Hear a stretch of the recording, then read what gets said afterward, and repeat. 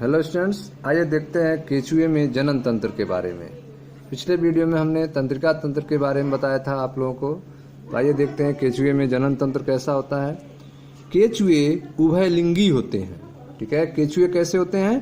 केचुए hermaphrodite होते हैं, अर्थात उभयलिंगी होते हैं, अर्थात इनमें नर अंग और मादा अंग एक ही शरीर के अंदर पाया जाता है। ठीक है, तो केचुए उभयलिंगी होते हैं, अर्थात एक ही प्राणी में वृषण, ठीक है, जो नर का हिस्सा होता है, एवं अंडाशय जो मादा का हिस्सा होता है, अर्थात एक ही प्राणी में वृषण और अंडाशय दोनों जनन अंग मिलते हैं।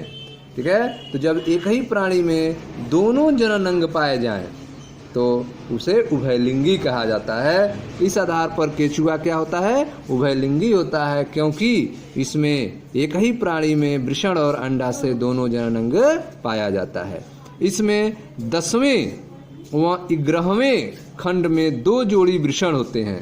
केचुए में 10वें और 11वें खंड में, ठीक है, फिगर देखें ध्यान से, 10वें और 11वें खंड में 2 जोड़ी वृषण पाए जाते हैं। यह आपका 10वां खंड है, यह 11वां खंड है, जिसमें 2 जोड़ी आपका वृषण पाया जा सकता है। ठीक है, तो इसमें आप देखें वृषण सहित वृषण कोश 10वें और 11वें खंड में जो है इसमें वृषण पाए जा सकते हैं। देख लें फिगर आप, यह आप देखें टेस्टिस सैक विथ टेस्टिस।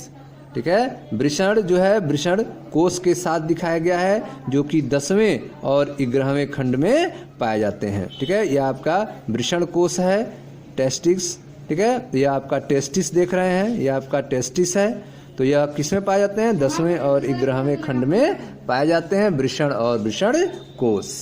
आगे देखें, हाँ, तो आपने देखा कि इसमें 10वें और 11वें खंड में 2 जोड़ी वृषण, ठीक है, 2 जोड़ी वृषण पाए जाते हैं।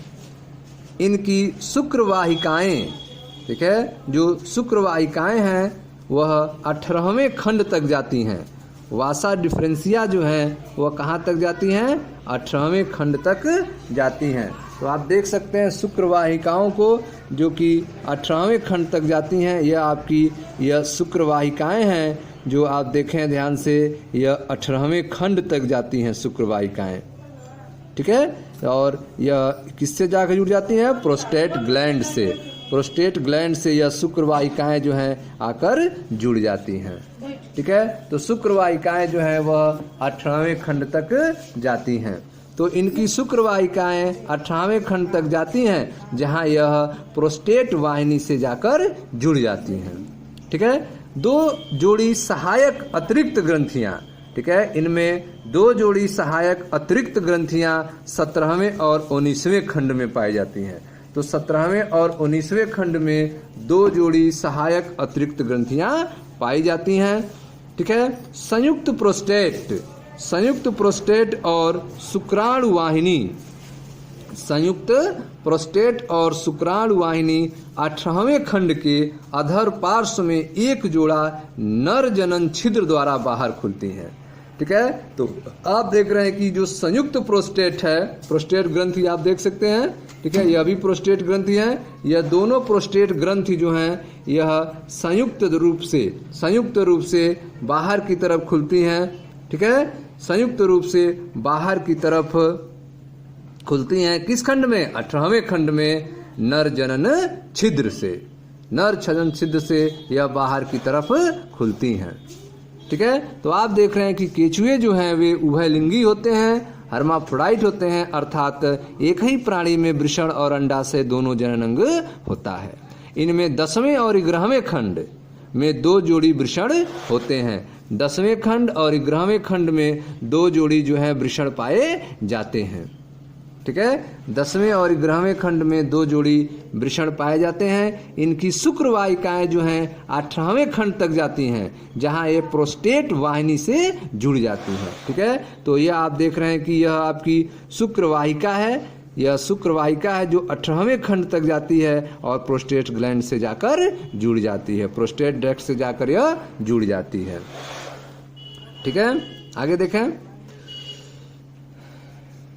2 जोड़ी सहायक अतिरिक्त ग्रंथियां 17वें और 19वें खंड में पाई जाती हैं। ठीक है, तो जो दो जोड़ी जो हैं सहायक अतिरिक्त ग्रंथियां होती हैं जो 17वें और 19वें खंड में पाई जाती हैं, संयुक्त प्रोस्टेट और शुक्रवाहिनी। ठीक है, प्रोस्टेट और शुक्रवाहिनी 18वें खंड के अधर पार्श्व में। ठीक है, संयुक्त प्रोस्टेट और शुक्राणु वाहिनी। तो यह आप देखें, यह प्रोस्टेट ग्लैंड है, प्रोस्टेट ग्लैंड है, तो यह संयुक्त प्रोस्टेट और यह शुक्रवाहिका जो है शुक्राणु वाहिनी, यह आपस में मिलकर यहाँ पर 18वें छिद्र में पार्श्व में बाहर की तरफ, ठीक है, एक जोड़े नर जनन छिद्र द्वारा बाहर खुलती हैं। ठीक है, तो आप देख रहे हैं कि संयुक्त प्रोस्टेट और शुक्राणु वाहिनी 18वें खंड के अधर पार्श्व में एक जोड़ा नर जनन छिद्र द्वारा बाहर खुलती है। साथ ही 6वें से 9वें खंड तक प्रत्येक खंड में एक छोटे थैलीनुमा संरचनाएं 4 जोड़े शुक्राणुधानियां बनाती हैं। ठीक है, तो शुक्राणुधानियां बनती हैं जो कहां से कहां तक होती हैं, 6वें से 9वें खंड तक प्रत्येक खंड में।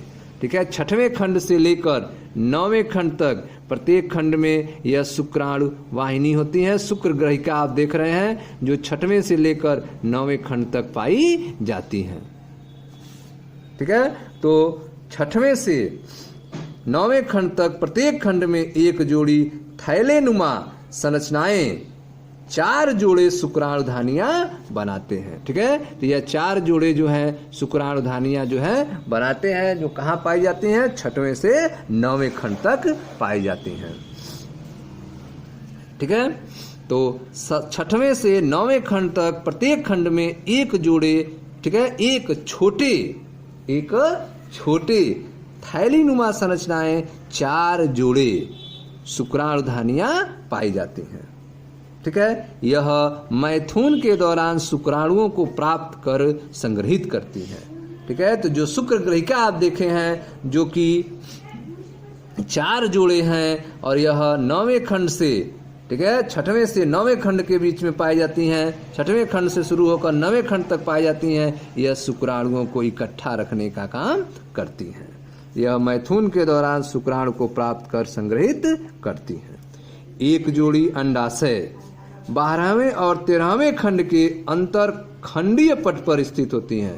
ठीक है, तो 12वें और 13वें खंड पर अंडाशय स्थित होता है। ठीक है, तो 12वें और 13वें खंड के पटीय स्थान पर अंडाशय पाया जाता है, एक जोड़ी अंडाशय पाया जाता है।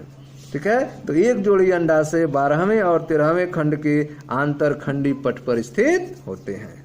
अंडाशय के नीचे अंडवाहिनी मुखिका पाई जाती है जो अंडवाहिनी तक जाती है। ठीक है, तो यह आप देख रहे हैं अंडाशयी कीप है, इसके नीचे अंडवाहिनी मुखिका पाई जाती है जो अंडवाहिनी तक जाती है। ये आपस में जुड़कर 14वें खंड के अधर तल पर मात्र एक मादा जनन छिद्र के रूप में बाहर खुलते हैं। यह 14वें, ठीक है, 14वें पर मादा जनन छिद्र के रूप में यह बाहर खुलते हैं। ठीक है, तो इस तरह से आपने जनन तंत्र के बारे में देखा, केचुए में जनन तंत्र कैसा होता है। तो इसमें आपने देखा केचुआ जो है वह उभयलिंगी होता है, अर्थात एक ही प्राणी में वृषण और अंडाशय दोनों जनन अंग मिलते हैं। ठीक है, इसमें 10वें 11वें खंड में 2 जोड़ी वृषण होते हैं। इनकी शुक्रवाहिकाएं जो हैं 18वें खंड तक जाती हैं जहां ये प्रोस्टेट वाहिनी से जुड़ जाती हैं। 2 जोड़ी सहायक अतिरिक्त ग्रंथियां जो कि 17वें और 19वें खंड में पाई जाती हैं। इसके अलावा संयुक्त प्रोस्टेट और शुक्राणु वाहिनी, संयुक्त प्रोस्टेट और शुक्राणु वाहिनी 18वें खंड के अधर पार्श्व में एक जोड़ा नर जनन छिद्र द्वारा बाहर की तरफ खुलती हैं। साथ ही 6वें से 9वें खंड तक प्रत्येक खंड में एक छोटा थैलीनुमा संरचनाएं 4 जोड़े शुक्राणुधानियां पाई जाती हैं। यह मैथुन के दौरान शुक्राणुओं को प्राप्त कर संग्रहित करती हैं, स्टोर करने का काम करती हैं। एक जोड़ी अंडाशय 12वें और 13वें खंड के आंतर खंडी पट पर स्थित होते हैं। अंडाशय के नीचे अंडवाहिनी मुखिका पाई जाती है जो अंडवाहिनी तक जाती है। ये आपस में जुड़कर 14वें खंड के अधर तल पर मात्र एक मादा जनन छिद्र के रूप में बाहर खुलती हैं। ठीक है। तो यह सारी संरचनाएं जो हैं आपने देखा जो कि केचुए के जनन तंत्र में पाया जाता है। ठीक है। तो यह केचुए का जनन तंत्र का फिगर आप देखें, ध्यान से समझें। हाँ। यह स्ट्रक्चर आप देख रहे हैं रिप्रोडक्टिव सिस्टम ऑफ अर्थवर्म, जिसमें आप देखें यह जो है स्पर्मेथिकी है, जिसमें शुक्राणुओं को स्टोर किया जाता है। स्पर्मेथिकी जो 6वें से लेकर 9वें खंड तक पाई जाती है, जो कितनी है 4 जोड़े हैं। ठीक है। आप देखें टेस्टिस, सैक विथ टेस्टिस को यहाँ पे दिखाया गया है, जो आप 9वें 10वें और 11वें खंड में देख रहे हैं। एक जोड़ा टेस्टिस पाया जा रहा है। ठीक है। उसके बाद आप देखें ध्यान से सेमिनल वेसाइकल्स हैं यहाँ पे। यह ओवरी आप देखें जो 13वें खंड, ठीक है, सेप्टम पर 12वें और 13वें खंड के सेप्टम पे जोड़ पर यह आपका एक जोड़ा ओवरी दिखाई दे रहा है। ठीक है। यह ओवेरियन फनल है। ठीक है, ओवेरियन फलन है। यहाँ ऊपर आप देखें सेमिनल वेसाइकल से होता हुआ जो है एक वासा डिफरेंशिया नीचे की तरफ जा रहा है। वासा डिफरेंशिया नीचे की तरफ जा रहा है और यह नीचे की तरफ जाके पोस्टेट ग्लैंड से जुड़ जाता है। ठीक है। पोस्टेट ग्लैंड, ठीक है, कॉमन रूप से एक छिद्र के द्वारा बाहर, ठीक है, नर जनन छिद्र के रूप में बाहर खुलते हैं। ठीक है। यह common prostatic and spermatic duct है। ठीक है, कॉमन है जो प्रोस्टेटिक एंड स्पर्मेटिक डक्ट के रूप में यह बाहर खुलता है। ठीक है स्टूडेंट्स। तो यह सारी संरचनाएं जो हैं अर्थवर्म के जनन तंत्र में पाई जाती हैं। ठीक है। इस सारी चीजों को आप देख सकते हैं जो आपको हमने बताया कि इसे शुक्र ग्राहिका है, यह वृषण सहित वृषण कोश है, यह आपकी शुक्रवाहिनी कीप है। ठीक है। यह आपका शुक्राशय है, यह आपका अंडाशय है, यह अंडाशयी कीप है, यह आपकी शुक्रवाहिका है। अतिरिक्त ग्रंथि आप देख रहे हैं, यह आपका प्रोस्टेट और वृषणवाहिनी डक्ट है जो कॉमन है। लास्ट में प्रोस्टेट ग्रंथि है। ठीक है। अब आगे देखें ध्यान से। शुक्राणुओं के आपस में आदान प्रदान की प्रक्रिया मैथुन द्वारा होती है।